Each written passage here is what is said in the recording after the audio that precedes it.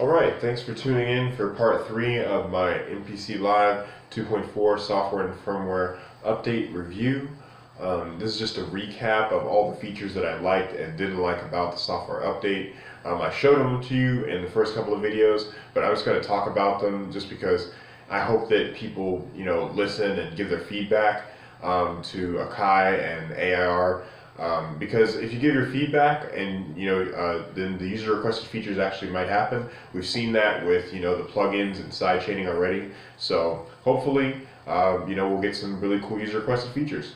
The first thing I liked are the faster loading screen, the faster touch response. Those are great.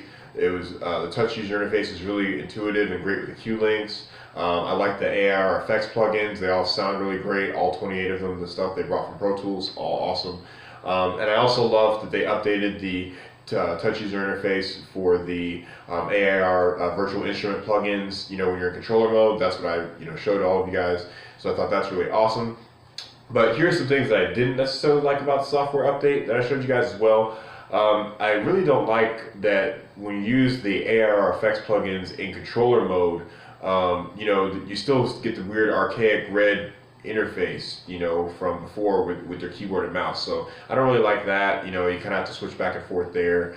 And I don't like that they don't have the instruments banked on the presets, so you kind of have to, jump over to your keyboard and mouse, to select a preset easily and then go back to the MPC Live. So kind of just simple workflow things that I hope they kind of fix to make it a bit more intuitive and easy to get around, your favorite presets in your AIR virtual instruments, and at the same time use your Q links and touch interface in the MPC Live. I also hope they fix the arpeggiator. I kind of showed you guys a little bit of that weird swing thing going on with the arpeggiator. I don't like that. I hope they kind of update that. And I hope that they update the access for hybrid. I hope that you can get into that step sequencer and be able to touch that on the MPC screen. That would be really cool. Just a couple things as far as user requested feature improvements, some stuff I've been reading from the forums. Just because a couple of other reviews of the MPC Live on YouTube talked about the fact that the MPC software is, not really user friendly. It's kind of, cumbersome.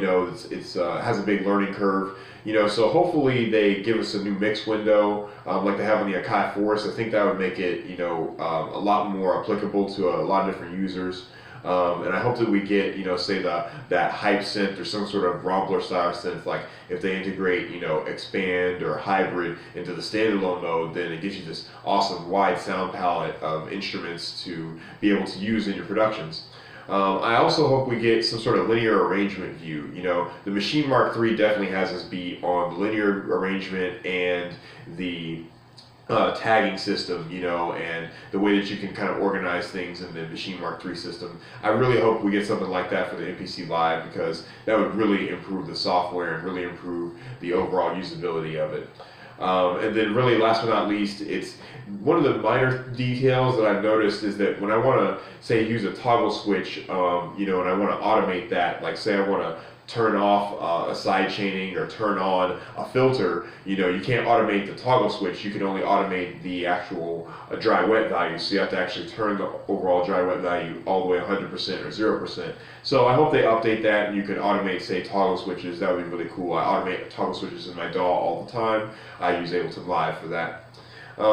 Last but not least, I hope that they add and fix the ability to set effects preset defaults. One of the things I don't really like about the MPC Live is that when you load, say, the AIR maximizer on it, it does not sound good as the default preset. So I wish I could change what that default preset was to something that was a lot more natural, or just 0, 0. Some of the plugin presets are defaulted to some weird settings that maybe only work for a certain song, but they're not really adaptable across a wide variety of genres, or they're just not set to the good defaults. But other than that, definitely check out my website, www.chaoticshock.com. That's KAOTICSHOCK. And I also have plenty of beats for sale on there. Feel free to like and subscribe. And definitely in the comments, I really want to know what people think of the MPC Live as a device. Is that what you're using? You know, are you using the Machine Mark III and you just want to learn more? Or are you using, say, some other software? Maybe you're using an iPad and, you know, a MIDI controller. You know, I want to learn more about what people are using and what people think. I also want to learn more about what people think of the MPC software. You know, do you guys like the MPC Live software? You know, is it good? Has it been intuitive? Do you like the updates that have happened to it? Or has that kind of shied you away and say like, nah, I don't want to mess with MPC anymore? So definitely leave some feedback in the comments below. And I hope you guys really enjoyed my MPC Live 2.4 software update. There's going to be plenty more videos coming. Thanks.